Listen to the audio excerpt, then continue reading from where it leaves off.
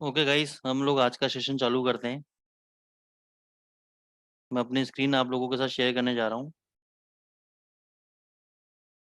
तो सुबह मॉर्निंग में मैं एक बहुत बढ़िया सेटअप ट्रेड का सेल का दिया था। तो जो लोग हमारे एडवांस लेवल के स्टूडेंट हैं या बेसिक्स जिन्होंने किया हुआ है, तो वहाँ पे मैंने उनको एक पैटर्न सिखाया था। जितने भी लोग अवेलेबल हैं यहाँ पे हमारे बैचेस के, तो उनसे मैं इस वक्त बात कर रहा हूँ कि मैंने आपको एक फ्लैग पैटर्न सिखाया था। ये फ्लैग पैटर्न होता है, और ये हमारे आज के ब्रेकआउट जो मैं आपको सिखाऊंगा उसका भी हिस्सा है। तो यहाँ पे मैंने सुबह 84.78 के आसपास मैंने शॉट दिया था, और 82.50 का टारगेट दिया था।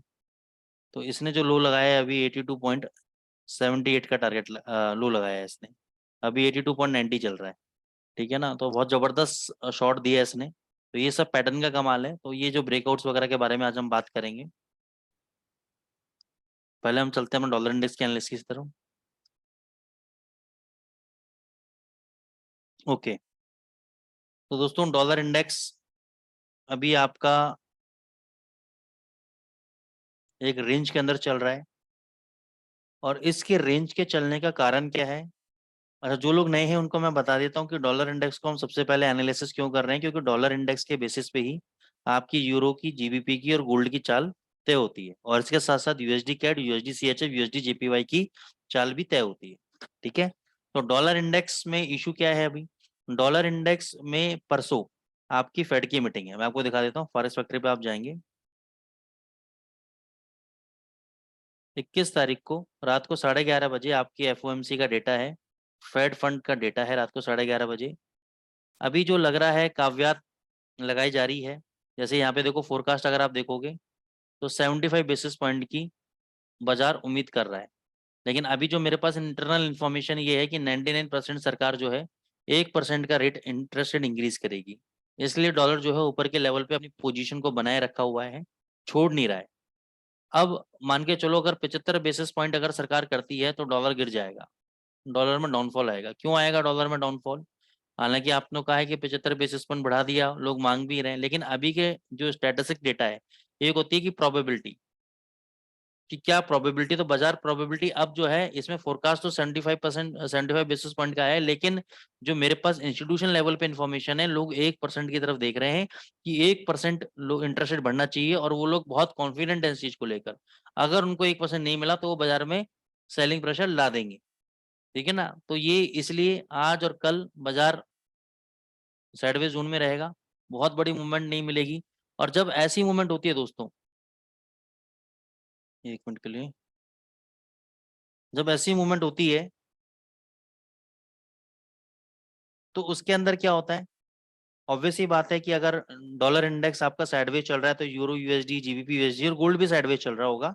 तो ऐसे मूवमेंट के अंदर स्कैल्पिंग स्ट्रेटेजीज का अगर हम काम में लें, या आरएसआई का ओवरबॉट ओवरसोल्ड काम में लें, तो बहुत जबरदस्त प्रॉफिट हमें मिलता है कि ऊपर के लेवल पे सेल कर दो, नीचे के लेवल पे बाय कर लो। ठीक है,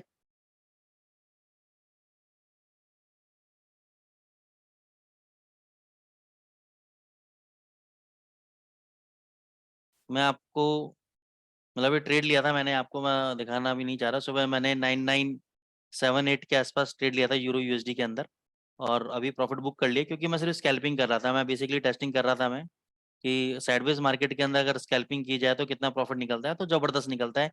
तो साइडवेज मार्केट चल रहा है, आज भी साइडवेज रहेगा, कल भी साइडवेज रहेगा। बहुत बड़ा न्यूज़ अभी आप देखोगे, आज कोई डेटा है ही नहीं। आज 19 तारीख है, 19 तारीख को हम ले आते हैं। आज कुछ भी डेटा नहीं है, बैंक हॉलीडे है यूके के अंदर, जापान के अंदर बैंक हॉलीडे है, और कोई मेजर डेटा है नहीं।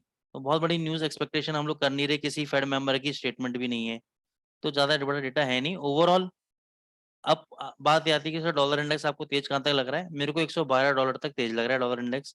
यहाँ से ये 150 पिप और ऊपर भग सकता है। और नीचे गिरने के लिए अगर एक किसी भी नेगेटिव सूरत में गिरावट आती है तो $108, दूसरा $160, बस इतना लग रहा है। नहीं तो ये मेरे को लग रहा है $112 पहले जाना चाहिए इसको, नीचे नहीं आने चाहिए। अगर नीचे आ गया और $108 के नीचे बंद नहीं हुआ, तो $112 की रैली, 400 पिप की रैली कम से कम ये 1-2 दिन के अंदर दिखा देगा, जब डेटा आएगा इसका। कुछ डेटा से पहले दिखाएगा, कुछ डेटा के बाद में दिखाएगा। ओवरऑल डॉलर इंडेक्स तेज है, नीचे नहीं है।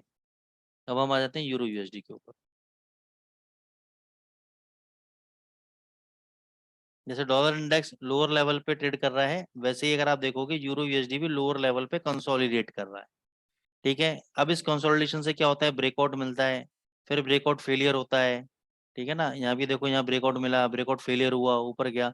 तो इस टाइप की मूवमेंट्स आपको देखने को मिलेंगी, क्योंकि यहाँ पे बियर ट्रैप और बुल ट्रैप और बियर ट्रैप दोनों होते हैं। यहाँ पे जो लोग अपना स्टॉप लॉस लगा के शॉर्ट मारते हैं उनका पोजीशन कटती है, यहाँ पे जो लोग स्टॉप लॉस लगा के बाय करते हैं उनकी पोजीशन भी कटती है। तो ये बेस्ट टाइम होता है ऑपरेटर के लिए कि वो आपके सारे स्टॉप लॉसेस को खा जाए।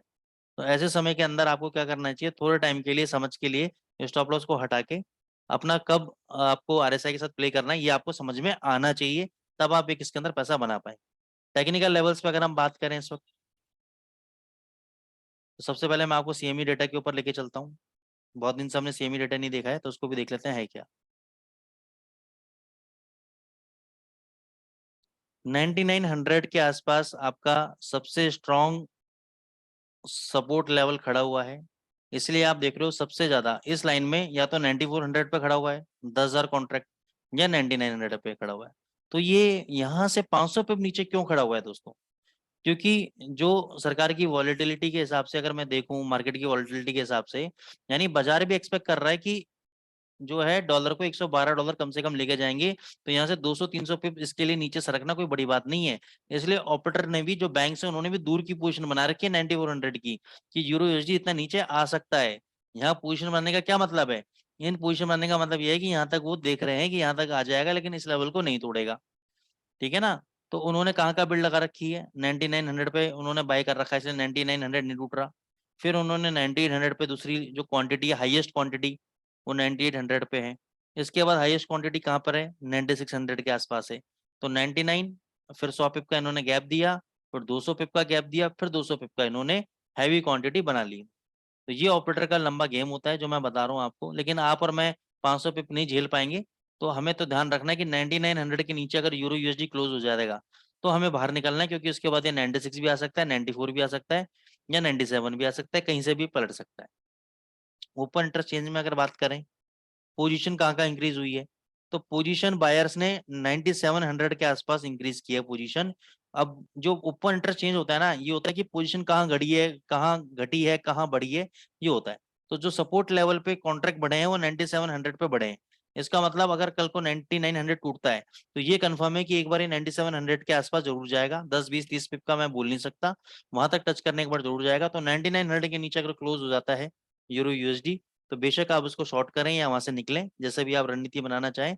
तो मेरे हिसाब से कोई रिकमेंडेशन नहीं है, मेरे हिसाब से तो ये रिकमेंडेशन है अभी कि एक बार आप चाहो तो छोटा सा ट्रेड अभी बाय ले लो आप, 9900 का स्टॉप लॉस ले लो, ऊपर का 1050 का टारगेट ले लो।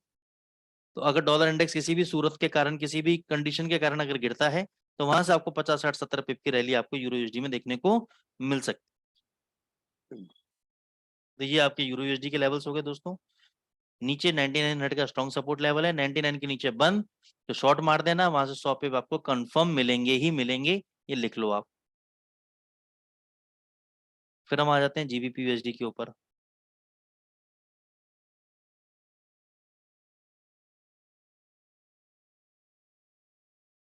जीबीपी यूएसडी पे दोस्तों 1400 पे बहुत इंपॉर्टेंट सपोर्ट लेवल है। अगर आप लास्ट फ्राइडे का कैंडल देखोगे तो ये भी 1400 के नीचे गया, 1350 लो लगाया, लेकिन क्लोजिंग इसने कहाँ दिया, 1400 के ऊपर। लेकिन आज मॉर्निंग से क्या कहानी हो रही है, मॉर्निंग से ही ये 1400 के नीचे क्या कर रहा है, सस्टेन कर रहा है। लेकिन अब एक चीज देखो, ये पैटर्न देखना, स्टार्टिंग के दो कैंडल देखना, उसके बाद ये देखना, और आज भी स्टार्टिंग के दो कैंडल देखना और ये वाला पैटर्न देखना, कुछ कुछ सेम से नजर नहीं आ रही, 19 20 का फर्क है, लेकिन कुछ कुछ सेम से नजर आ रहे हैं। यहाँ ग्रीन कैंडल बन रहा है, यहाँ भी ग्रीन कैंडल बन रहा है। तो यहाँ से शाम को इवनिंग के अंदर बाउंस बैक दे सकते हैं। फिर भी मैं आपको ये रिकमेंड करूंगा कि देखो अभी 1381 चल रहा है, 1.1381 चल रहा है जीबीपी यूएसडी, 1400 से ज्यादा दूर है नहीं, 20 पिप का मात्र मैटर है अभी। तो थोड़ा सा तसल्ली रखो, अगर ये 1.1400 के ऊपर क्लोजिंग दे देता है तो यहाँ से थोड़ी सी ये तेजी पकड़ सकता है 1500 1600 तक की। अगर 1400 के नीचे क्लोज हो जाता है तो ये 1300 और 1250 से पहले रुकने वाला नहीं है।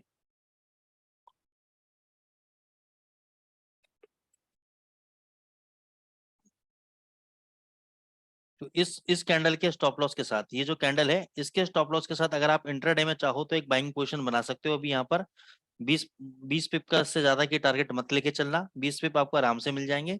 अगर नहीं मिलेंगे तो स्टॉप लॉस बहुत आपके नजदीक है, 25-30 पिप का स्टॉप लॉस है, तो वो आपका कटेगा तो बाहर निकल जाना, नहीं तो अपने पोजीशन को होल्ड रखना। दूसरा आप एक काम और कर सकते हो कि जिसमें थोड़ा सा रिस्क कैपेसिटी है या फिर लॉट साइज अगर आप कम लेना चाहो तो कम ले लो, यहीं पर ही आप बाय करो उसको, वेट करो रात तक। अगर 1400 के नीचे बंद हो रहा है तो एग्जिट कर जाना, शॉर्ट पोजीशन बना में चले जाना चाहे। लेकिन अगर बंद नहीं हो रहा है तो अपना ऊपर कैरी फॉरवर्ड करना। हो सकता है कि कल के दिन आपको अच्छी खासी रैली इसके अंदर देखने को मिल जाए जीबीपी यूएसडी के अंदर। क्योंकि दोस्तों क्या होता है ना, ये जो पीरियड ऑफ वॉलेटिलिटी है, ये जो पीरियड ऑफ कॉन्ट्रैक्शन है, मतलब वॉलेटिलिटी खत्म सी हो जाती है जहां पर उसके बाद एक्सपेंशन आता है।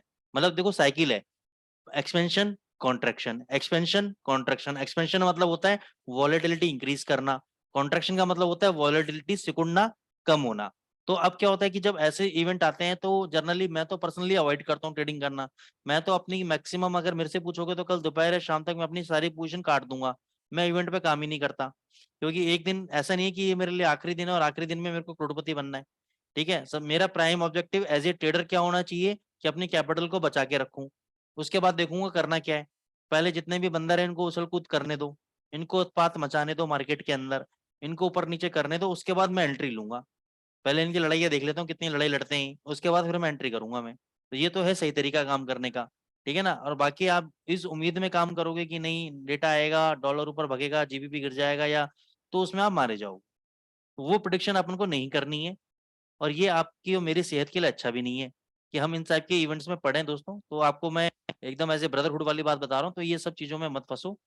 एडवांस प्रोडिक्शन करना, क्योंकि मार्केट हमेशा संभावनाओं के विपरीत चलता है। ये अनिश्चितताओं का बाजार है, इसमें आप कभी भी नहीं समझ सकते। तो इवेंट को अभी जब तक आप प्रोफेशनल ट्रेडर नहीं बन जाते तब तक आप इवेंट से दूर रहे आप लोग। तो 1400 के नीचे वीक है, 1400 के ऊपर स्ट्रॉन्ग है जीबीपी, ये आपके लिए राममान लेवल है 1400 का। 1400 के नीचे 1250 तक जाएगा ही जाएगा, इसको कोई शक्ति नहीं रोक सकती। बाकी इंसानी शक्ति की मैं बात कर रहा हूँ, ऊपर वाले के लिए तो हम तिनके के बराबर भी नहीं है। ठीक है ना, तो ये 1250 तक जाएगा ऊपर। अगर 1400 के ऊपर बंद हो गया तो ये फिर 1480 और 1500 1550 तक ये ऊपर बाउंस बैक मार सकता है। और इसके लिए एक दो कैंडल के अंदर 100 पिप कवर करना कोई भी बड़ी बात नहीं है अभी। लेकिन इकोनॉमिकल फैक्टर भी देखा जाए तो वीक है। ठीक है ना, तो अभी कुछ कह नहीं सकते इसके अंदर, तो अवॉइड ही करो उसके अंदर आप पोजीशन। यूएसडी जेपीवाई देख लो दोस्तों, कंसोलिडेट कर रहा है, इस ट्रेंड लाइन के ऊपर नीचे जा ही नहीं रहा है। ट्रेंड लाइन को, अब ट्रेंड लाइन को उसने होल्ड कर रखा है, यहाँ पे सिमेट्रिकल ट्रायंगल टाइप में पैटर्न बना रहा है। ठीक है ना, तो यहाँ से अगर ऊपर की तरफ ब्रेकआउट आया, अब ब्रेकआउट में सिखाऊंगा अभी आपको, ब्रेकआउट आया तो हमें बाय करना है, और नीचे की तरफ ब्रेकडाउन आया तो हमें सेल करना है। इस बात का हमें खासा खास ध्यान रखना है।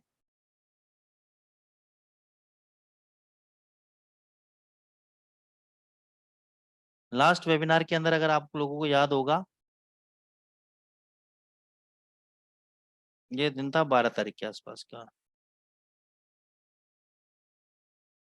तो ये मैंने 6670 का लगा, पता नहीं आपको याद है नहीं, लेवल बताया था मैंने, ये बहुत इंपॉर्टेंट लेवल है 6670। ठीक है ना, और अभी भी बता रहा हूँ ये बहुत इंपॉर्टेंट लेवल है 6670। तो यहाँ पे अगर क्लोज हो गया 6670 के ऊपर, नीचे क्लोज हो गया अगर ये, तो ये यहाँ से बहुत अच्छी गिरावट देगा आपको। कहाँ तक ये देगा वो मैं दिखा देता हूँ मैं आपको।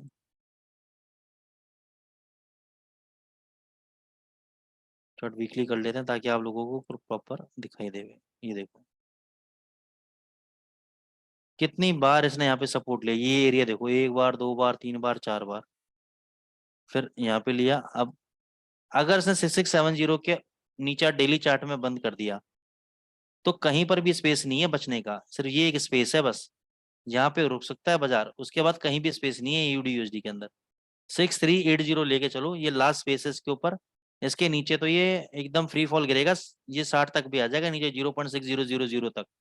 यानी यहाँ से 600 से 700 पिप की गिरावट आपको यूडी के अंदर देखने को मिल सकती है। ये इतना बड़ा एडवांस प्रोडिक्शन मैं आप लोगों के लिए कर रहा हूँ। ये 6670 के नीचे अगर बंद हो गया कंटिन्यूस 2 दिन, अब ये भी सुन लो, कंटिन्यूस 2 दिन, तो ये 600 पिप गिरेगा यहाँ से।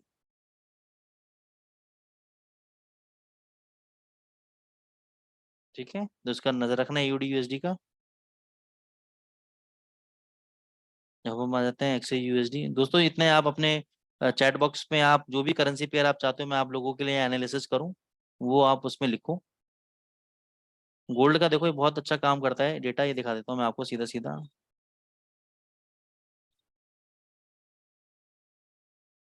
देखो सबसे हैवी पोजीशन कहाँ ऐड हुई है सेलिंग की, 1695, 1700। उससे पहले थोड़ी थोड़ी पोजीशन कहाँ पर है सेलिंग की, 1675 से 1680। तो आज आपने देखा भी होगा फ्राइडे के दिन इसने 1680 का ही मारा, वहां से पलटा, और आज भी इसने बाउंस बैक नहीं दिया, जो ओपनिंग हुई वहीं से सेलिंग प्रेशर बनाना चालू कर दिया। 1660 बहुत स्ट्रॉन्ग सपोर्ट लेवल है। 1660 के आसपास जिसने आज बाइंग किया होगा, मैंने 61.50 के आसपास बाई किया था और 66 के आसपास बिल्कुल टॉप पे निकाला आज, ठीक है ना ट्रेड। तो वो प्रॉफिट बुक हुआ क्योंकि 60 पे बहुत स्ट्रॉन्ग बाइंग है। अभी कहाँ चल रहा है आपका, गोल्ड ने क्या लो मारा इस कैंडल ने, कल का लो कितना है 54 का, अभी का आज का लो कितना है 59.75। तोड़ नहीं रहा है, तोड़ नहीं रहा है, बार बार इस लेवल को होल्ड कर रहा है 61 को। यहाँ पे देखो उसने लो मारा 59.75 का, उसके बाद हाई लगाया है 66.12 का। तो ये देखो अभी होल्ड कर रहा है लेवल। अगर ये लेवल टूट जाता है तो कहाँ तक जाएगा ये, अगर 1660 के नीचे गोल्ड बंद हो गया तो 1630 से पहले रुकेगा नहीं। 1650 50 के लेवल भूल जाओ अभी, क्योंकि मेरे ख्याल से वो लेवल अब खत्म हो चुके हैं। देखते हैं ऊपर इंटरेस्ट में एक बार। पहले 1650 पे भी पोजीशन बनी हुई थी बहुत बढ़िया, हाँ अभी भी बनी हुई है, अभी भी बनी हुई है 1650 पे। 1650 से अभी पोजीशन बनी हुई है। तो यहाँ पे नेक्स्ट सपोर्ट ले सकता है आपका। ठीक है ना, ये पोजीशन अभी भी ले सकता है 1650 पे सपोर्ट। ओवरऑल 1630 पे दिखा रहा है नेक्स्ट वैसे तो जो पोजीशन क्रिएट हुई है, लेकिन 1650 पे भी ये रुक सकता है। ऊपर 1680 और 1700 के ऊपर नहीं जाएगा ये, 1700 के ऊपर रेजिस्टेंस है इसका, तो ये ओवरऑल सेलिंग में है। तो मैं तो उसको रिकमेंड करूंगा कि भाई अभी 1660 ये लेवल तोड़ देता है तो शॉर्ट ही करो, क्योंकि एक बार 1650 टच करके आ सकता है। यहाँ पे इस लेवल को टच करके ये आ सकता है, इसमें सेलिंग ही है, बाइंग नहीं है, ये लेवल को तोड़ेगा। और मेरे को तो लग रहा है कि अगर इंडेक्स भग गया गोल्ड डॉलर तो ये 1630 भी आ जाएगा आपका गोल्ड। तो मेरे को तो गोल्ड में अभी खतरा नजर आ रहा है, कोई ये सपोर्ट लेवल तो जरूर बना रखे हैं, लेकिन मेरे को लग नहीं रहा है कि सपोर्ट लेवल होल्ड करेंगे। फिर हम आ जाते हैं एक और, कितने करेंसी पेयर लिखे हैं, जर्मन 30 निश्चित।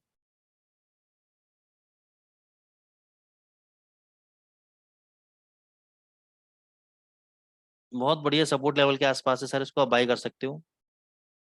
ये देखो यहाँ पे बुलिश कैंडल भी बना रहा है, सपोर्ट लेवल भी है, यहाँ से बाउंस बैक दे सकता है, यहाँ से 100 पॉइंट तो अभी दे सकता है 12760 770 तक। और अगर ये एक दिन होल्ड करेगा, 2 दिन होल्ड कर गया, तो यहाँ से अच्छा ऊपर मूवमेंट दे सकता है। और अगर इस कैंडल के नीचे क्लोज हो गया, ये लाइन के नीचे क्लोज हो गया, तो नेक्स्ट सपोर्ट एरिया इसका ये वाला, ये सपोर्ट जोन है इसका भी, ये सपोर्ट जोन है इसका। 12500 बेसिकली आपका सपोर्ट जोन है, 12500 से लेकर 12620, 10 20 वो भी राउंड फिगर नंबर्स बोल रहा हूँ मैं। 12440 है वैसे तो, लेकिन 12500 से 12600 मानू आप। तो यहाँ से एक बार बाउंस बैक आप ले सकते हो आप, क्योंकि यहाँ पे बहुत बढ़िया सपोर्ट लेवल बना है, तो यहाँ से आपको बाउंस बैक जर्मन 30 दिखा सकता है, कोई डरने वाली बात है नहीं। Any other currency pairs guys you want me to discuss.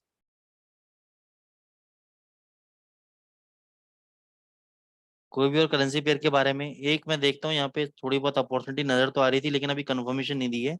GBP JPY ने अभी कंफर्मेशन नहीं दी है, क्योंकि ये एक सपोर्ट यहाँ पे कंसोलिडेट कर रहा है 6280 के आसपास। ये नहीं टूटेगा तो एक बार बाउंस बैक मार सकता है 6390 तक। अदरवाइज अगर ये 6280 का लो तोड़ दिया तो ये सीधे 80 पे यहाँ से ही नीचे गिरेगा, ध्यान रखना इस बात का। और मेरे को लग रहा है गिरने के चांसेस ज्यादा हैं इसके, तो 6280 के नीचे शॉर्ट हो जाना है इसके अंदर, 80 पे तुरंत मिल जाएंगे आपको उसके अंदर। जीबीपी सीएचएफ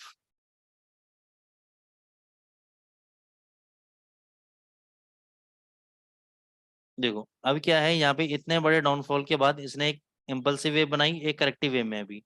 जैसे इसका हाई तोड़ देगा तो ये कंफर्म हो जाएगा एंड पैटर्न बन गया है, और यहाँ से एक अच्छी तेजी पकड़ सकता है। ठीक है ना, तो यहाँ पे आप चाहो तो अभी बाय कर सकते हो। और इस कैंडल का स्टॉप लॉस रखो ये वाले कैंडल का, अगर इसके नीचे बंद हो गया तो खराब है मामला, नहीं तो 1100 तक ही ऊपर आ जाएगा। 1100 तक आपको जीबीपी सीएचएफ देखने को मिलेगा, बहुत बढ़िया बाइंग है। 20% थोड़ा सा कंफ्यूजन है, तो इसलिए आप लॉट साइज छोटी रखना, बड़ी मत रखना दोस्त। अनुराग जी मैं बिल्कुल बताऊंगा, मेरे को समय मिलने दीजिए। आप रेगुलर जब वेबिनार में आएंगे आपके हर एक क्वेश्चन का आंसर आपको मिलेगा कि डे टू डे कौन सा इंडिकेटर, और आज एक इंडिकेटर बेसिस पे भी मैं आपको बताऊंगा कि कैसे हम एक इंडिकेटर के बेसिस पे मल्टी टाइम फ्रेम एनालिसिस कैसे कर सकते हैं और उसको हम ट्रेडिंग अपॉर्चुनिटी में कैसे कन्वर्ट कर सकते हैं। तो जब आप रेगुलर वेबिनार में आएंगे तो हर वेबिनार में हम स्ट्रेटेजीज के बारे में बात करते हैं, नए नए टेक्निक्स के बारे में बात करते हैं, और भी अगर आपको एडवांस लेवल का सीखना है तो आप हमारे एडवांस बैच में ज्वाइन हो सकते हैं। ठीक है, चलिए अब हम बात करते हैं कुछ ब्रेकआउट की, कुछ अपने काम की बातें करते हैं। राजेश सर रेडी हो? Yes sir. दोस्तों ब्रेकआउट कई प्रकार के होते हैं। ब्रेकआउट होता है, एक मिनट 2 मिनट दो, मैं नोटपैड अपना ओपन कर लेता हूँ।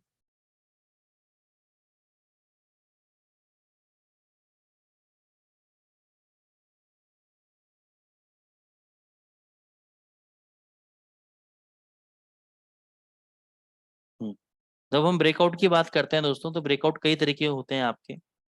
एक तो होता है आपका अप ट्रेंड लाइन से ब्रेकआउट, मतलब अप ट्रेंड लाइन ऐसे चल रहा है आपका, यहाँ से नीचे की तरफ ब्रेकआउट। एक होता है डाउन ट्रेंड लाइन है, यहाँ से ऊपर की तरफ ब्रेकआउट। एक है आपका साइडवेज मार्केट है, आपका आपने बॉक्स बनाया, बॉक्स ब्रेकआउट बोलते हैं इसको, रेक्टेंगल बॉक्स ब्रेकआउट, और ऐसे बोलते हैं बॉक्स ब्रेकडाउन बोलते हैं आप। एक होता है चैनल, चैनल से ऊपर की तरफ ब्रेकआउट। एक होता है अपवर्ड चैनल, चैनल से नीचे की तरफ ब्रेकडाउन। तो ऐसे मल्टीपल तरह के आपके ब्रेकआउट होते हैं दोस्तों आपके। अब क्वेश्चन ये आता है कि हम ब्रेकआउट को कैसे आइडेंटिफाई करें और कैसे ये जाने कि ये फेलियर ब्रेकआउट है।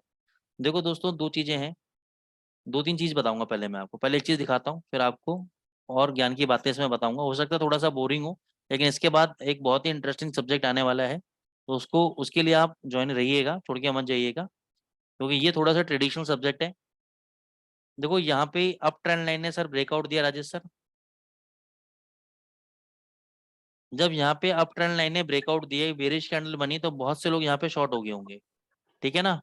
और उसके बाद जहाँ पे बुल ट्रैप हो गए, जब इतनी बड़ी कैंडल बनी लोग आगे तेजी के अंदर, और फिर अगले दिन गैप डाउन खुला और बाजार नीचे। तो अब हमें ये कैसे पता लगेगा कि हम लोग कब तो शॉर्ट मारे, कब हम लोग बाय हो जाएं। तो उसका देखो सबसे बड़ा सॉल्यूशन क्या है कि प्रॉब्लम कहाँ है, पहले प्रॉब्लम को आइडेंटिफाई करते हैं फिर सॉल्यूशन की बात करते हैं। प्रॉब्लम ये है कि जैसे कि यहाँ पे इसने ब्रेकआउट करने लगा और आपको दिख गया कि चार्ट में ब्रेकआउट कर रहा है, तो क्या होता है कि हम जो इंसानी लोग हैं, हम लोग govern by grid and fear, हम लोग डर और लालच से बने हुए हैं। तो हमें क्या लालच है यहाँ पर कि अगर मैं यहीं पे बेच देता हूँ तो जब तक ये नीचे क्लोजिंग देगा तब तक मेरे 40 पे और चले जाएंगे, अगर मैंने नीचे जाके शॉर्ट किया तो अगर मैं यहीं पे बेच देता हूँ तो मेरे 40 पे बच जाएंगे। तो ऐसे लालची व्यक्तियों के साथ क्या होता है कि ठीक है वो अपनी जगह सही सोच रहे हैं, लेकिन अगर एक काम नहीं किया, तो जैसे इस केस में काम नहीं किया, यहाँ बेचा, नीचे आ गया और एकदम रिवर्सल मार दिया ऊपर, उसने डर के मारे यहाँ पे कवर किया, फिर बाय में बैठ गए यहाँ पर, बाय में बैठने के बाद फिर नीचे बाजार। तो यानी इसको बोलते हैं बुल ट्रैप, बियर ट्रैप। तो उसका सॉल्यूशन क्या है राजेश सर, सॉल्यूशन क्या है इसका? सर इसका दूसरी कैंडल बननी चाहिए और वो कहाँ पे ब्रेकआउट देती है या उसका लो तोड़ती है तभी हमें एंट्री लेनी है। हाँ, तो इसका देखो पहला सॉल्यूशन तो ये है इसका कि अगर आप बियर ब्रेकआउट देख रहे हो नीचे की तरफ, तो एक और आपकी रेड कैंडल बननी चाहिए, पहला सॉल्यूशन। एक और आपका रेड कैंडल बनना चाहिए, उसके नीचे जब सेल होगा तब आपको ये कंफर्म ब्रेकआउट माना जाएगा, क्योंकि पहली कैंडल रेड है, चलो चलो एक ट्रैप के अंदर वो ले गए, लेकिन दूसरी कैंडल भी अगर नीचे बना दी, लोअर लो बना दी कैंडल ने, मतलब पहली जो ब्रेकआउट कैंडल है उसका भी लो काट के एक और अगर लो बना दिया, तो इसका मतलब सेलिंग प्रेशर है उसके अंदर। और इस बार अगर वो दूसरी कैंडल का अगर लो कट गया तो मतलब जबरदस्त सेलिंग प्रेशर है, ठीक है ना। ऐसे ही अपसाइड ब्रेकआउट के अंदर यहाँ देखो, पहली बात तो यहाँ पे आप भूल जाओ कितनी बड़ी कैंडल है, मान के चलो छोटी कैंडल है, पहली कैंडल और दूसरी कैंडल देखो, एक और हाई बना दिया, हायर हाई बना दिया कैंडल ने, ऑलमोस्ट छोटा सा हाई बनाया है, चाहे रेड ग्रीन कैंडल बनाई है, उसके बाद थोड़ी बहुत मूवमेंट दे दी। अब इतनी मूवमेंट साइडवेज क्यों दे रहा है? रीजन है उसके पीछे टेक्निकली कि इसने जो मैक्सिमम मूवमेंट होती है 2 दिन की 3 दिन की, उसने इसी इसी कैंडल में कर दी उसने मूवमेंट मैक्सिमम। जब उसने 2 से 3 दिन की मूवमेंट एक ही कैंडल में कर दी, तो अब उसके पास स्पेस बचा ही नहीं ऊपर जाने के लिए या नीचे आने के लिए, ज्यादा मूवमेंट देने के लिए। तो लेकिन फिर भी अगर आप देखोगे ये ब्रेकआउट ने काम किया है, ऊपर गया, नीचे आया, फिर नया हाई बनाया, फिर नीचे आया, अभी फिर वापस हाई के आसपास चल रहा है। तो ये ब्रेकआउट ने फिर भी काम किया है अपना। तो थ्योरी, पहली केस स्टडी कि अगर आप बियर ब्रेकआउट देख रहे हो तो कम से कम 2 बियरिश कैंडल, बुलिश ब्रेकआउट देख रहे हो तो कम से कम 2 बुलिश कैंडल, पहली कंडीशन। दूसरी कंडीशन, मान के चलो आपका डाउनवर्ड ट्रेंड लाइन है, डाउनवर्ड ट्रेंड लाइन के बाद आपको ब्रेकआउट मिला एक बुलिश कैंडल का, दूसरी बुलिश कैंडल का। परफेक्ट सिनेरियो बता रहा हूं मैं आपको, अगर ऐसी 2 बुलिश कैंडल आपको मिल जाए, उसके बाद तीसरी अगर आपको बेरिश कैंडल मिल जाए और चौथी बेरिश कैंडल मिल जाए, यानी कहने का मतलब है ये जो ब्रेकआउट वाला एरिया था आपका, इसको रीटेस्ट करने अगर बाजार आता है और रीटेस्ट करके ऊपर चला जाता है, मतलब ये कुछ एन पैटर्न बना देता है, ये देखो इस टाइप से ये। तो अगर इस टाइप से अगर पैटर्न बनता है दोस्तों, तो 99% केसेस के अंदर यहाँ से इतनी जबरदस्त रैली आपको देखने को मिलती है, इतना जबरदस्त प्रॉफिट आपको देखने को मिलता है, आप सोच नहीं सकते। तो ये सबसे बेस्ट जो मेरे को लगता है ब्रेकआउट आइडेंटिफिकेशन के लिए वाला लगता है एन पैटर्न, कि पहले ब्रेकआउट होने दो, 2 बुलिश कैंडल बनने दो, 1-2 बेरिश कैंडल बनने दो, नीचे जो ब्रेकआउट लेवल था वो मेरा जो सपोर्ट बन चुका है उसको रीटेस्ट करने दो, और उसके बाद मेरा हाई काटने दो, फिर देखो कितनी जबरदस्त तेजी आपको मिलेगी। ऐसे ही अप ट्रेंड लाइन के अंदर अगर मैं आप लोगों से बात करूं, तो अप ट्रेंड लाइन के अंदर अगर ब्रेकआउट मिलता है मेरे को बेरिश कैंडल का, तो मेरे को वेट करना है पहली 2 कैंडल का, एक कैंडल, दूसरी कैंडल लोअर लो बने, तीसरी और चौथी कैंडल मेरी बुलिश बने ऊपर की तरफ।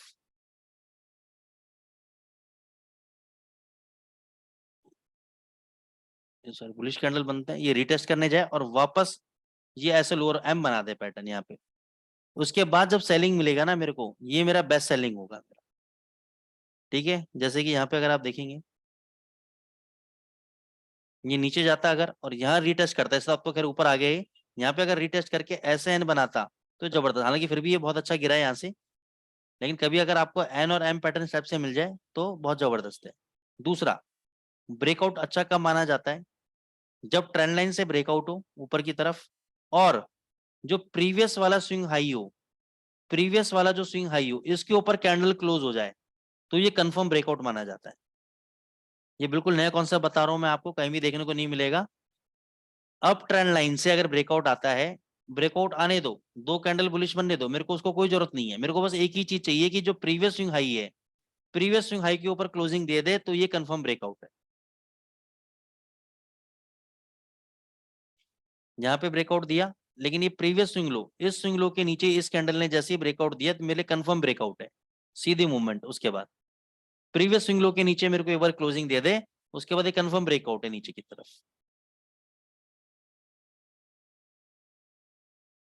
अब मैं आपसे बात कर रहा था क्रूड ऑयल की स्टार्टिंग के अंदर, ये देखो 2 कैंडल रेड बनी है ब्रेकआउट लेवल पे, एक पहली कैंडल लाइन के आसपास, दूसरी कैंडल ये वाली, और उसके बाद सीधी मूवमेंट, सीधी मूवमेंट सेलिंग प्रेशर। तो इस टाइप से अगर आप ब्रेकआउट आइडेंटिफाई करोगे तो आपको जबरदस्त प्रॉफिट मिलेगा देखने को। देखो, यहाँ देखो 2 कैंडल का ब्रेकआउट हुआ, 2 बुलिश कैंडल बनी और उसके बाद सीधी मूवमेंट।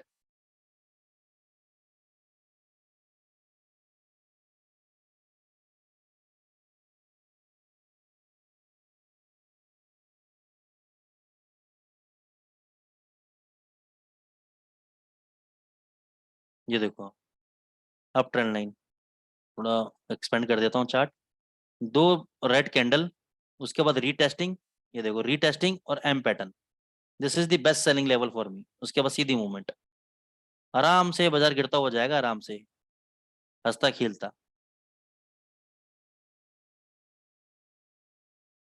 ठीक है सर, राजेश सर समझ में आया? Hello. Yes, yes sir, yes sir. No, this is breakout failure. ये देखो ब्रेकआउट मारा नीचे, दूसरी कैंडल का वेट किया, दूसरी कैंडल देखो कितनी बुलिश अंदर की तरफ, और पहली ब्रेकआउट कैंडल का जैसे हाई कटेगा, दिस इज ब्रेकआउट फेलियर। यहाँ पे देखो एक कैंडल ने क्लोज किया ऊपर ब्रेकआउट लेवल के ऊपर, फिर दूसरी कैंडल ने क्लोज किया, रीटेस्ट करने नीचे आया, सस्टेन नहीं कर पाया, वापस बैक टू पवेलियन। तो इनसे हमें बचना चाहिए, इसलिए महंगा बेचो, महंगा खरीदो, कोई दिक्कत नहीं है, लेकिन कंफर्म होके खरीदोगे तो आपको इसमें प्रॉफिटेबिलिटी मिलेगी।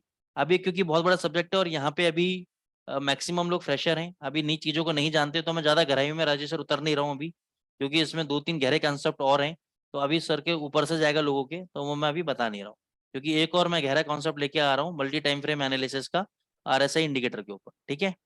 Okay sir. तो दोस्तों अब मैं आपको एक इंडिकेटर बताने जा रहा हूँ।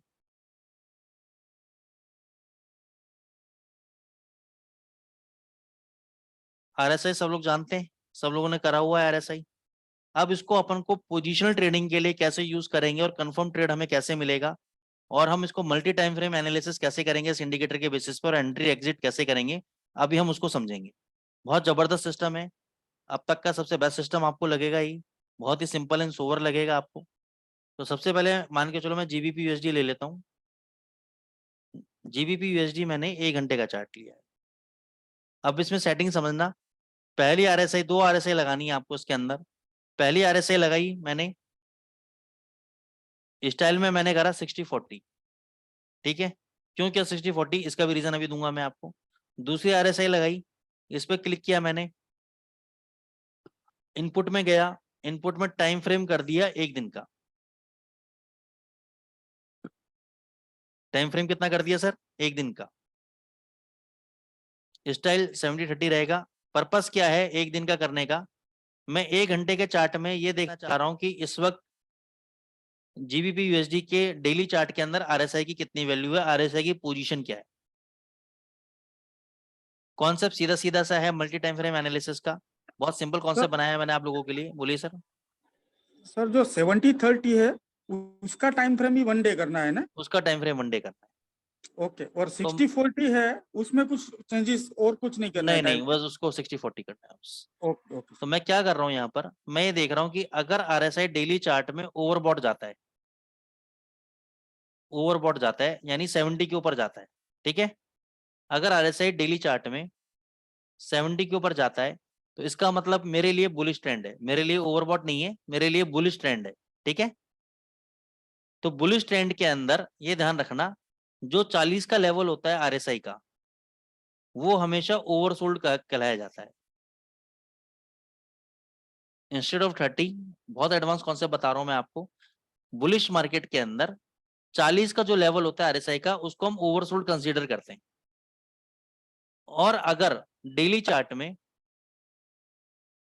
RSI अगर 30 के नीचे है, बिलो 30 है, तो 1 आवर के चार्ट में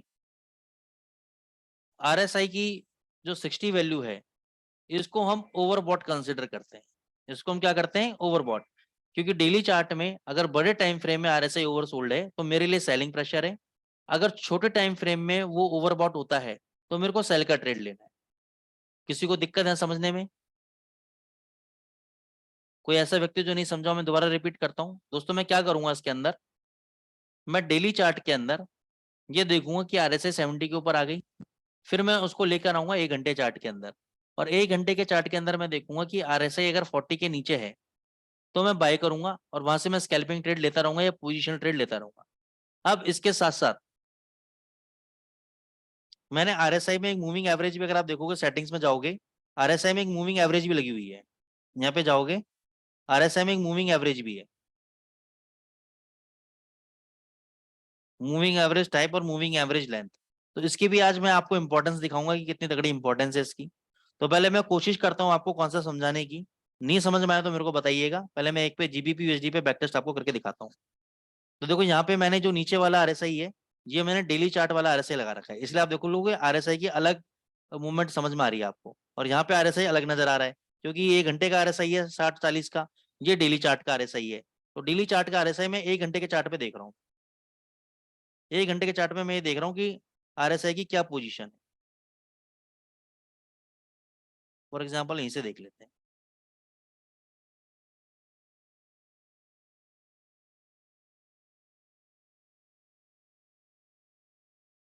एक- हम्म। अब दोस्तों यहाँ पे जाके RSI डेली चार्ट में क्या हुआ? ओवरसोल्ड हुआ, ठीक है राजेश सर।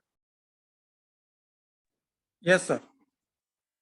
अब मेरे को क्या करना है, जैसे ही यहाँ पे 60 के ऊपर आएगा RSI 1 घंटे के चार्ट में, मेरे को यहाँ पे सिर्फ मैक्सिमम 0.03 लॉट मारने हैं। पहला लेना है 0.01 का, दूसरा लेना है 0.01 का और तीसरा लेना है 0.01 का। टोटल मिला के कितने लॉट हो गए? 0.03।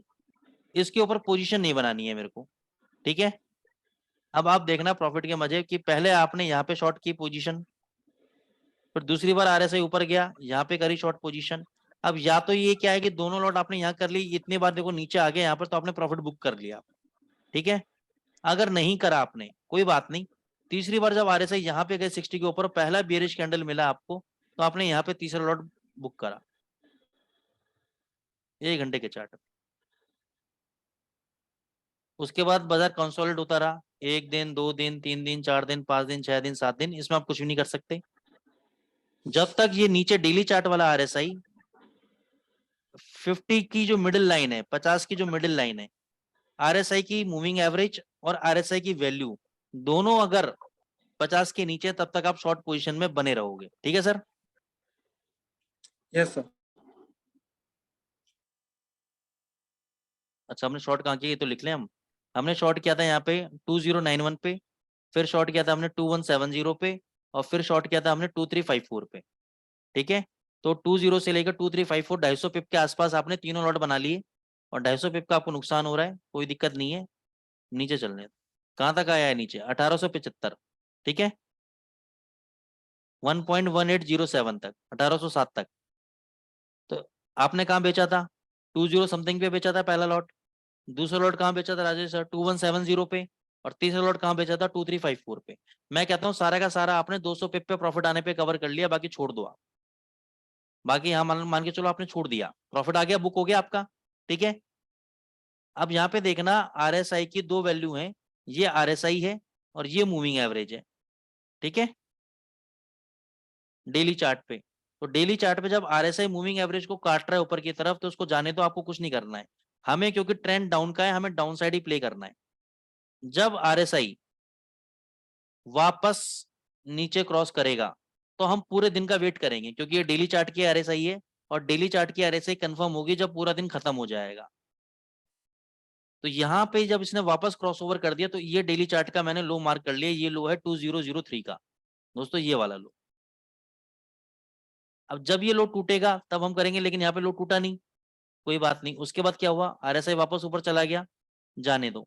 जब आरएसआई ने वापस यहाँ पे नीचे मारा, इस लेवल पे, इसका लो ले लूंगा मैं 2116। अब यहाँ पे समझना जबरदस्त, यहाँ पे जब इसने लो मारा 2116 पूरे दिन का लो है, और जैसे ही कटा मैं वापस शॉर्ट हो गया, और उसके बाद सीधी मूवमेंट, कितनी मूवमेंट आई? 2107 पे, 16 पे बेचा मैंने, 1728, 300-400 पिप की रैली मूवमेंट आ गई आपको नीचे। आपने मान के चलो 50-70 पिप में प्रॉफिट बुक कर लिया, कोई दिक्कत नहीं है। उसके बाद नीचे गिर गया तो इसमें कुछ नहीं कर सकते, और भी नीचे गिर गया, जाने दो नीचे, अभी तक ओवरसोल्ड चल रहा है। और अभी तक, अब ये देखो, यहाँ पे ऊपर आ गया, हमें कोई भी एक्शन नहीं लेना है, कोई भी एक्शन नहीं लेना है। हमें एक्शन कब लेना है? हमें एक्शन कब लेना है? हमें एक्शन तब लेना है जब ये वापस आरएसआई नीचे काटेगा, तब हमें शॉट मारना है, उससे पहले शॉट नहीं मारना हमें। बात आगे समझ में सर? Yes sir. अब मैं आपको गोल्ड में दिखाता हूँ उसको।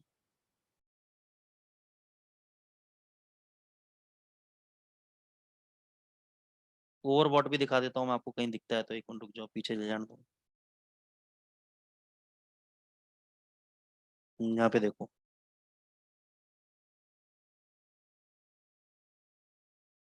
यहाँ पे देखना दोस्तों, यहाँ पे आपका डेली चार्ट में आरएसआई ओवरबॉट हो गया, होने दो ओवरबॉट। अब आपको क्या करना है, जब ये ओवरसोल्ड आएगा, यहाँ पे देखो ओवरसोल्ड आया, 40 के नीचे आया, यहाँ पे एक बुलिश कैंडल का वेट करेंगे, यहाँ पे हमने बाय कर लिया, सीधी मूवमेंट, देखिए मूवमेंट।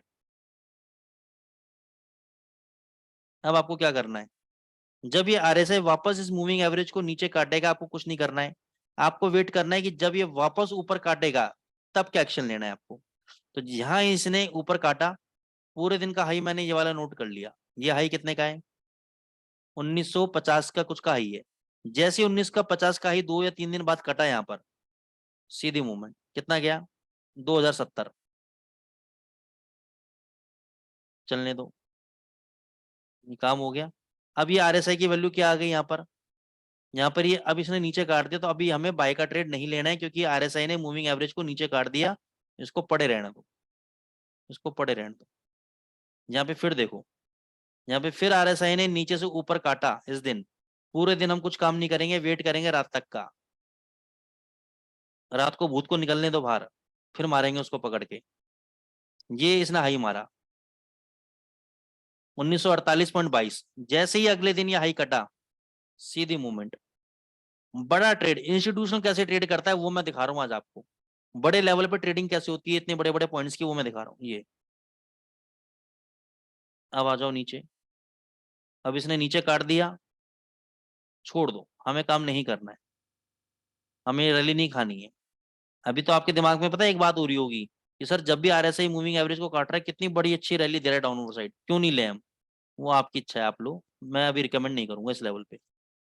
फिर यहाँ पे देखो, अब यहाँ पे समझना दोस्तों, यहाँ पे समझना, आरएसआई यहाँ पे अब ओवरसोल्ड चली गई है। बिल्कुल नहीं गई है लेकिन टच कर लिया। ओवरसोल्ड हम मान लेते हैं एक बार को, ओवरसोल्ड हम मान लेते हैं। ओवरसोल्ड मानने के बाद पहली बार हम क्या करेंगे, जब आरएसआई 60 के ऊपर जाएगा 1 घंटे के चार्ट के अंदर, जैसे यहाँ पे गया बेरिश कैंडल, तो मैंने यहाँ पे शॉर्ट मार दिया और यहाँ पे नीचे आया, प्रॉफिट बुक कर लिया। अब दूसरी बार मैं क्या करूंगा, दूसरी बार मैं वेट करूंगा, पहले आरएसआई को नीचे से ऊपर मूविंग एवरेज को काटने दो, तो मैं कोई भी एक्शन नहीं लूंगा। जब ये ऊपर से नीचे की तरफ काटेगा दोबारा, तब मैं ट्रेड मारूंगा ये वाला। ये देखो, जब इसने यहां पे काटा मैंने ट्रेड लिया और ये मेरे को नीचे डाउनफॉल मिला, मैंने पोजीशन कट कर ली अपनी, प्रॉफिट बुक कर लिया। मैं तो स्कैल्पर हूं। यहाँ पे फिर ऊपर काटा, मैंने कोई पोजीशन नहीं ली, ऊपर काट रहा है कोई दिक्कत नहीं है, मैं नीचे का वेट करूंगा। यहाँ पे जब इसने नीचे काटा, ये देखो ये पूरे दिन नीचे काटा, पूरे दिन का लो, ये वाला ले लो 1822 का ले लो। जैसे 1822 का लेवल कटा, उसके बाद सीधी मूवमेंट। हालांकि मैं तो निकल गया बाहर, मेरे को कोई लेना देना नहीं इतनी बड़ी मूवमेंट से, मैं पचा भी नहीं पाऊंगा इतनी मूवमेंट। फिर देखो ये ऊपर काटा इसने और ऊपर की तरफ भगा, भग रहा है भग रहा है, भगने दो। फिर जब इसने दोबारा नीचे काटा यहाँ पर, ये देखो दोबारा नीचे काटा, इसका लो ले लो पूरे दिन का। ये लो है आपका 1773। सीधी मूवमेंट डाउन साइड, सीधी movement on the down side. फिर इसने ऊपर काटा, छोड़ दो, क्योंकि अभी तक जब तक आरएसआई दोबारा ओवरबॉट में नहीं जाता, एक बार ओवरसोल्ड में जाने के बाद सिर्फ मैं सेल के ट्रेड ढूंढूंगा, उसके बाद मैं कोई भी ट्रेड नहीं ढूंढूंगा।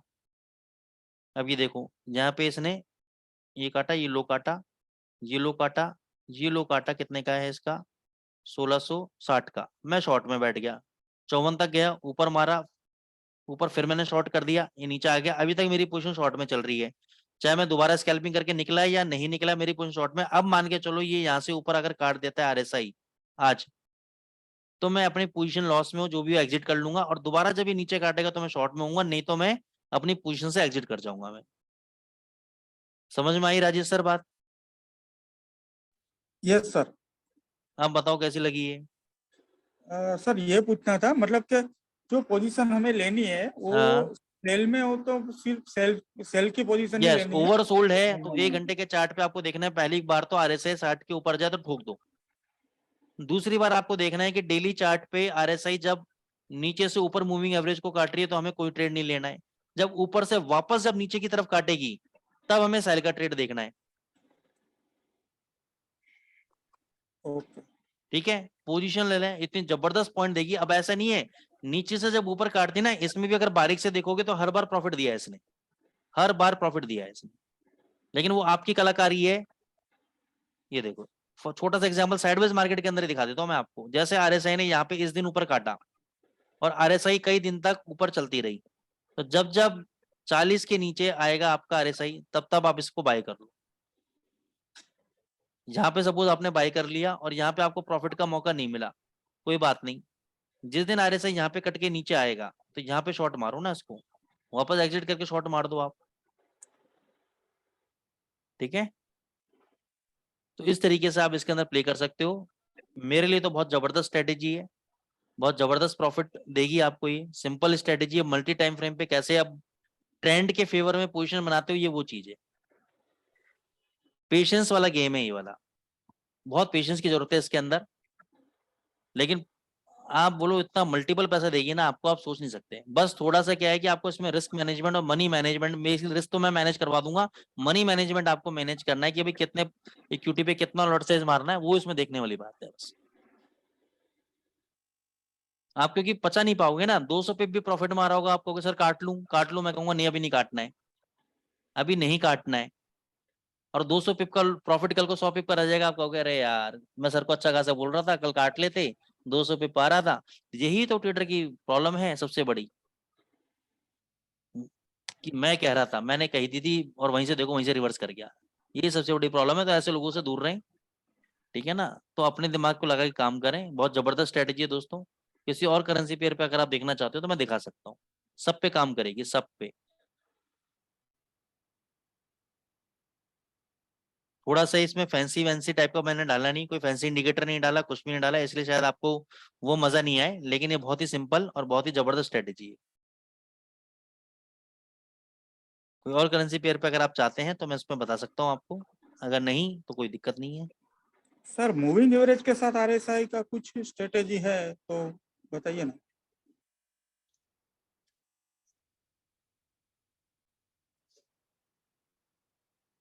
बताता हूँ सर।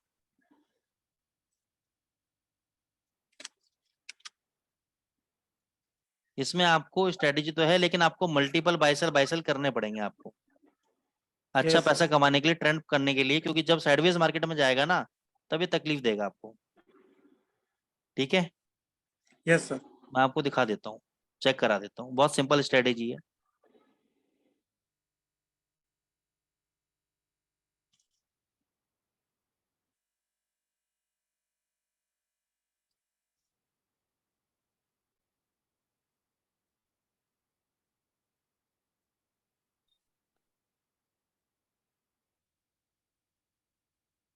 एक घंटे का चार्ट, ये आप लोगों को RSI 40 की यूज करनी है, 200 पीरियड की मूविंग एवरेज है, ठीक है।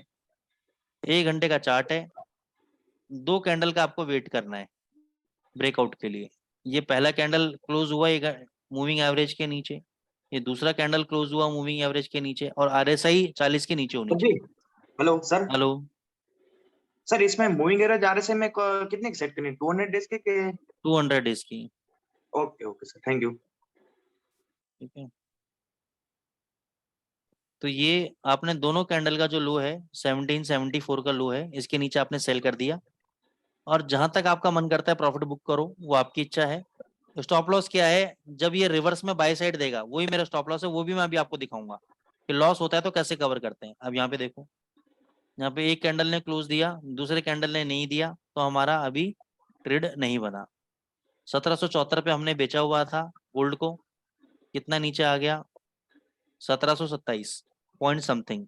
ये आपका पैसा सारा, जहां आपका मर्जी हो वहां बुक करो। अब यहाँ पे समझना थोड़ा सा,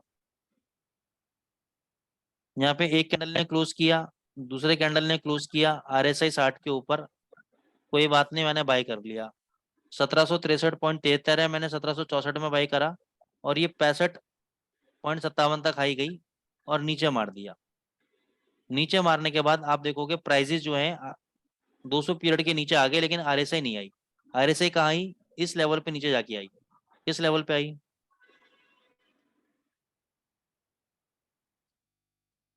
इस कैंडल पे। इस कैंडल का लो कितना है, 1750 का ले लेते हैं, 49 का ले लेते हैं। तो 1764 में से 1750 के 14 पॉइंट का नुकसान यहाँ हो गया गोल्ड के अंदर, या 15 पॉइंट का ले लो नुकसान हो गया गोल्ड के अंदर, कोई दिक्कत नहीं है। एक पिप का स्प्रेड भी हमारा चला गया, लोअर भी बेचा, फिर हम सेल में बैठ गए, और अब देखो लो कितना है, 1750 से 1688 या 1690 ले लो, चलो सारा लॉस कवर,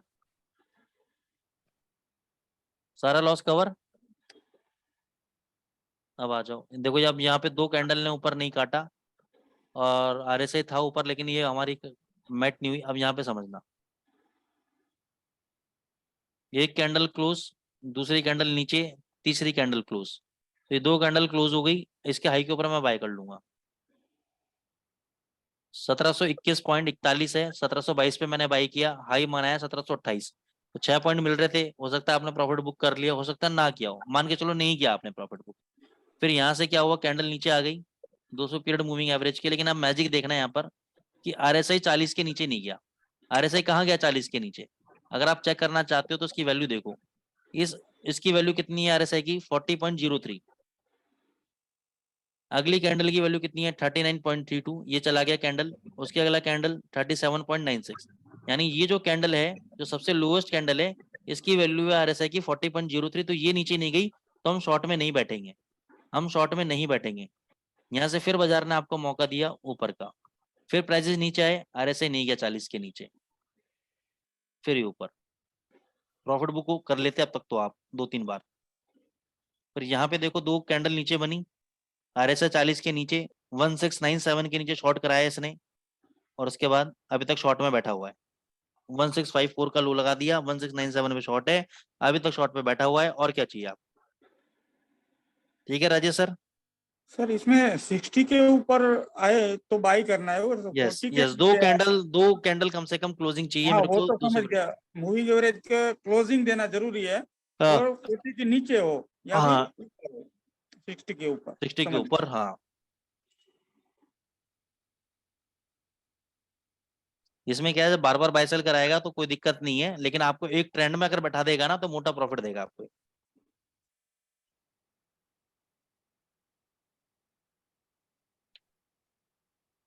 बाकी RSI वाली स्ट्रेटेजी पे आप काम करो, बहुत जबरदस्त स्ट्रेटेजी है। और तो इसका सर इसमें गोल्ड में आगे की स्ट्रेटेजी क्या हो सकती है अभी? आप व्यू पूछ रहे हैं मेरे से? जी अभी मैंने आपको देखो दिखाया था कि 1660 का लेवल है जहाँ पे इंस्टीट्यूशनल ने पोजीशन बनाई है, आपको साफ साफ दिखाया हुआ था। यहाँ पे देखो 1660 ओपन इंटरचेंज, ये देखो यहाँ पे इंस्टीट्यूशनल ने पोजीशन बनाई हुई है 379 कॉन्ट्रैक्ट बाय क्यू में। और आप लो देख लो 59 पॉइंट कुछ का लो है, वहां से पलट गया दोबारा। जहाँ पे कैंडल बिल्कुल एकदम दिखा रहा था कि अभी ब्रेकआउट मार देगा नीचे की तरफ, वहीं से टर्न अराउंड किया है इसने। तो ऊपर ये से। मैजिक लेवल्स हैं आपके इंस्टीट्यूशंस के। जहाँ पे लोगों को सेल लगता है ना, वहाँ पे वो लोग बाय करते हैं, और जहाँ पे लोगों को बाय लगता है वहाँ पे वो सेल करते हैं। इसलिए वो 3% कैटेगरी के अंदर है जहाँ पैसा बनता है।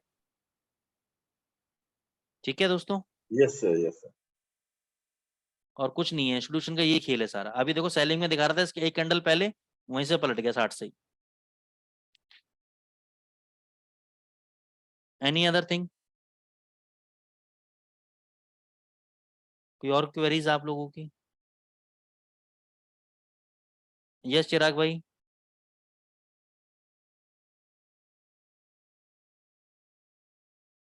मैंने आपको अनम्यूट कर दिया चिराग भाई, बोल सकते हैं आप।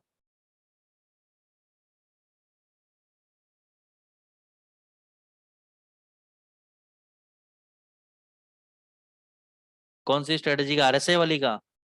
RSI वाली। हाँ, ये देखो पहली RSI आपकी 14 पीरियड की रहेगी बाय डिफॉल्ट, और 60-40 का इसमें ओवरबॉट और ओवरसोल्ड का लेवल रहेगा।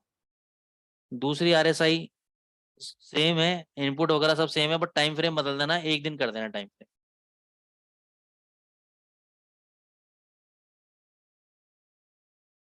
ओके।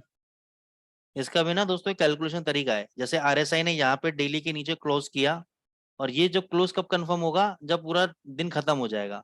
इसका भी एक फॉर्मूला है जिससे आप पता लगा सकते हो कि आज RSI इसके नीचे बंद होगा या नहीं होगा। तो ये चीज मेरे को एडवांस में पता लग सकती है। अगर एडवांस में पता लग गई ना, मतलब 100% तो नहीं, लेकिन 80% एडवांस में पता लग जाएगी ये नीचे बंद होगा, तो नीचे बंद होगा तो पहले शॉर्ट करके बैठ जाओ, आपको मोटा प्रॉफिट होगा। 1% अगर रात को बंद नहीं हुई, छोटे से स्टॉप लॉस बाहर आ जाओ। वो चीज मैं एडवांस में बताऊंगा मैं।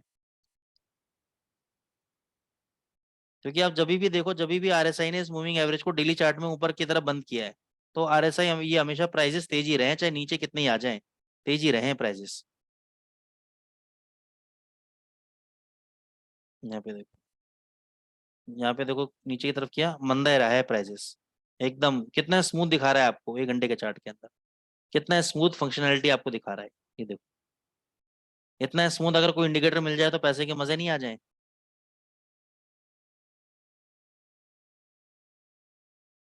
चलो ठीक है गाइस, फिर मिलेंगे अगले हफ्ते मंडे को नए कॉन्सेप्ट्स के साथ, नई स्ट्रेटेजीज के साथ।